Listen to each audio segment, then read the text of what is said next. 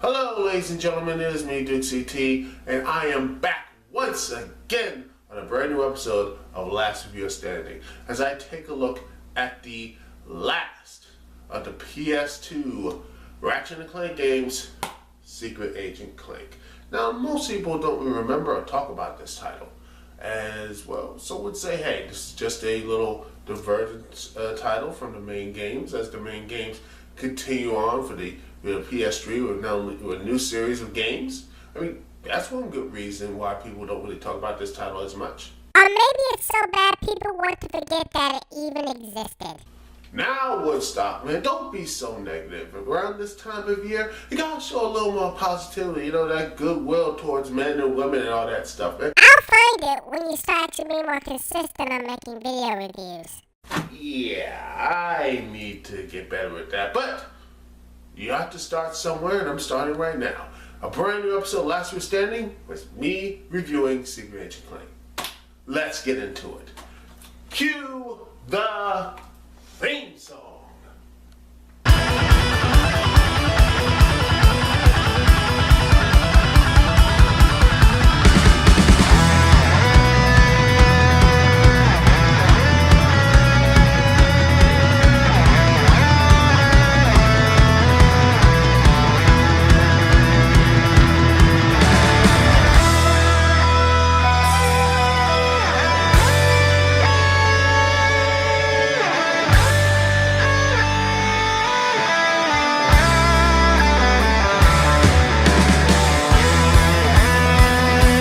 Secret Agent Clank first appeared on the PSP in 2008, developed by Back Games. But I'm not playing the PSP version. I'm playing the PS2 port that came out a year later that was developed by Sanzuru Games, the same development studio that worked on the recent Spyro remaster for the PS4 and the Xbox One.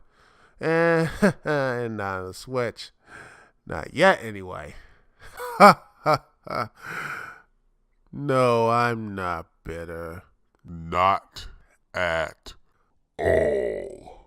Anyway, let's talk about Secret Agent Clank. Clank is tracking down a mysterious person trying to steal the Eye of Infinity, but is revealed to be his best and closest friend, Ratchet. And the reason why he's going to steal the Eye of Infinity?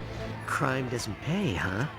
Well, I can tell you from experience that being a hero really doesn't pay. I'm still living in a tiny room with some 2-bit bag of bolts, but that's gonna change soon. Man, Ratchet is acting so out of character it makes you think that Mark Waid was writing him. But, as you can plainly see, Ratchet has a device that's, clearly brainwashing him. And it's up to Clank to put two and two together to help save the day. Even though Clank does know a tech guy that can actually help him, but who cares about Big Al at the moment? Moving on, let's get into some gameplay. As Clank gameplay, for the most part, I like, with a mix of platforming and stealth. Well, hence the name of the Secret Agent Clank. It's right there in the title. It has some nice little, stealth action, a little bit of platforming.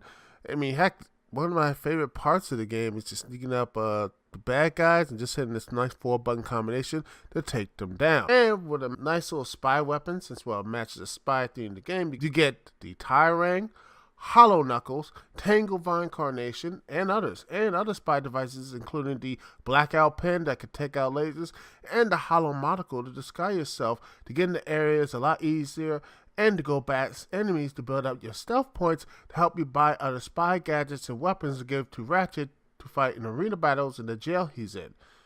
Also, you have agent bots to help out Clank when he's in trouble, and the gameplay for that is just like when you controlled them in previous Ratchet and Clank games. Now, I know most of you guys and gals out there are like, hey, you know what? This game seems a little bit fun. This game seems to be on level. Hey, you got this nice little side quest game, a little stealth, a little bit of platform, and if you want, you get a nice little those arena battles with Ratchet later on in the game. Hey, that seems to be a fun little thing, something I can pick up for the kids with a PS2 and stuff. This seems like to be a fun thing. Well, I'm afraid I've got some bad news. Oh yes, this lovely segment of Clank's gameplay as you're trying to match these buttons to move on in progress. It's like, hey, that's fine. That's a way to sneak past these the obstacles. I think, hey, that's pretty nice. It's easy and simple. And at the last segment, of these matching, but you get this. And I can never get past it without getting a hit.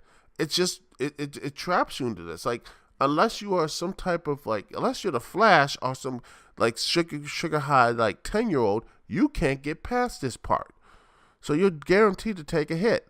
And if you're on your last bit of life, well, guess what? You have to start all the way over again. Isn't that fun? And it gets even better when you play as Captain Quark. Yes, Captain Quark is playable.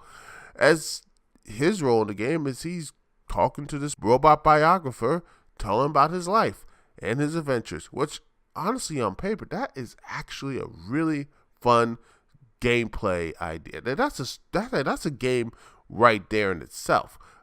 Captain Quark talking about his previous adventures and pretty much using all of his like weapons and matching his ego and his stupidity, all that type of stuff into a game. That could have been fun.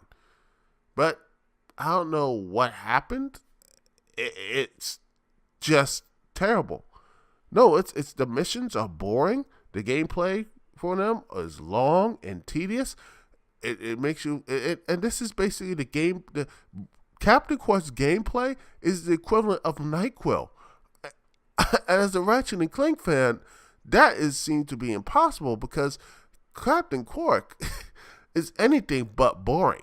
He is dumb. He's malicious. He's all these other things, and he has that nice little redemption arc and such in Ratchet Clank 3. But the one thing you would never call him or anything else is boring or pointless. He isn't. In this game, he is.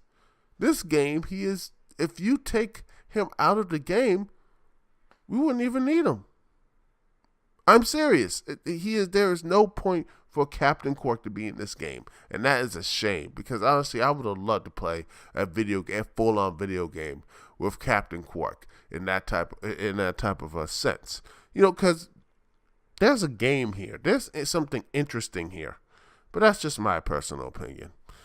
Because oh gosh, that gameplay, man. And you know what? High impact games. I'm not even laying this on Sansu Games' fault. This is on you. Because you had something brilliant. You had something big and interesting here. You had something really fun and something that you can actually have a nice little side quest game. But you know what you did? You blew it! So, what are my final thoughts for this dud of a game? This game is terrible. The only positive things from this game is 3/4 of Clank's gameplay, Ratchet's arena missions, and that's pretty much it. Everything else is either boring or just frustrating to the point that you don't want to play this game anymore. There is little to redeem this title, as I give this a 2 out of 10, and that 2 is me being really nice to the Clank stealth platforming and Ratchet's arena missions. And here's hoping that I never had to play another terrible game like this ever again. Well, I guess you're right, Woodstock. The reason why no one remembers this game or choose to forget it is because this game is pretty much garbage. But you know what? I'm going to make you happy, my friend. You know how I'm going to do it? Well, what's that? You gonna do more last video standings? Yes, I'm going to be doing some pro wrestling reviews. Haven't done some in a good long while. In fact, I'm going to be doing about a company I haven't done in a long while as well. So you're going to be really excited for that. Huh? You excited for that, Woodstock? Who are you talking about? Oh no. Oh no, not them. Ah, yes, ladies and gentlemen. We're going to go right back into the Impact Zone. We're talking Slammiversary and Bound for Glory this year. Yes, we're going to talk about those pay-per-views in the next 2 episodes of Last of Us Standing. Buckle up, kiddies. It's going to be one hell of a ride. It's Duke CT here. Peace and love. I will see y'all when I see y'all later.